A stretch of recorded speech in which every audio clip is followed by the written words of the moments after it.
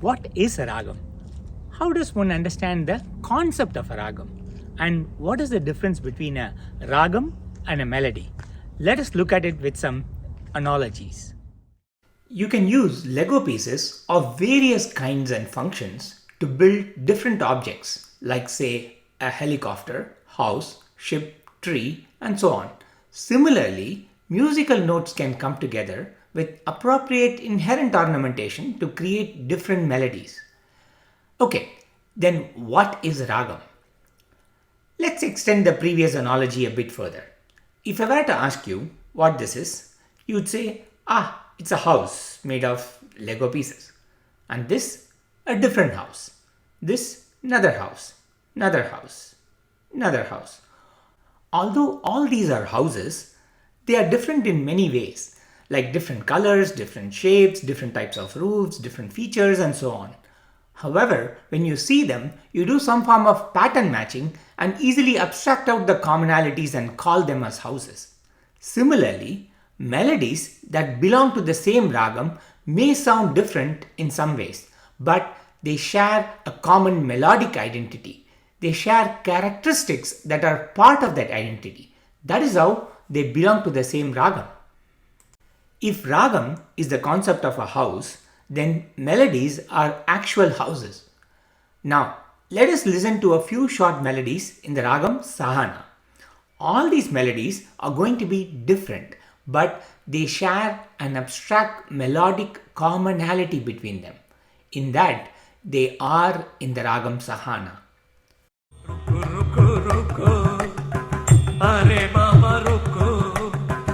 Oh my janu, give me a look. చూచి నలచి చెంతకు చేరి నా సొగసులు కానుక చేసి నీ మగసిరి బానిసనైతే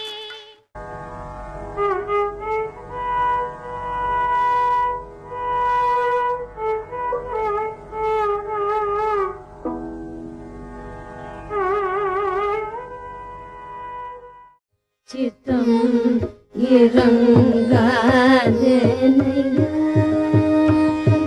చెందిదేనయ్యా చిత్తం.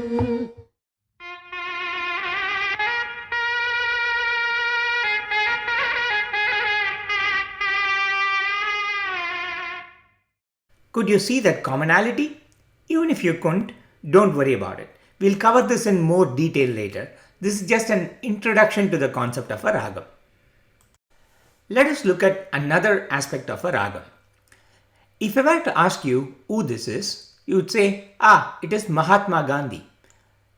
This is a picture of a statue of Gandhi. This is an actual picture of Gandhi himself. Going back to the first picture, just a couple of lines there were enough to bring the image of Gandhi to your mind. The identity of the macro was present in the minimalistic representation of the micro. A leaf can be used to identify the tree. DNA can be used to identify the species. Similarly, even a small phrase can capture the identity of a ragam. For example, this is one of the many characteristic phrases of Sahana.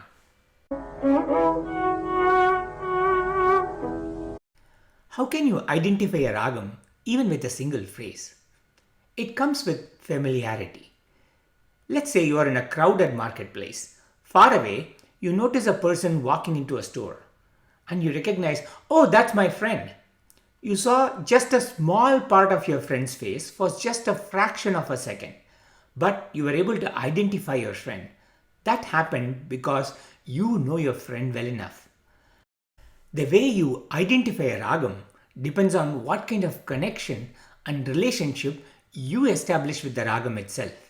How you relate with the ragam is unique to you. It is like getting to know a person and nurturing that relationship.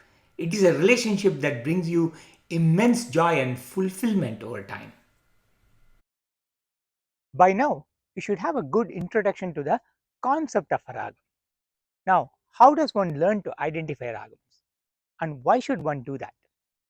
How does it help you enjoy the music better? Let's talk about it and welcome to the joy of music.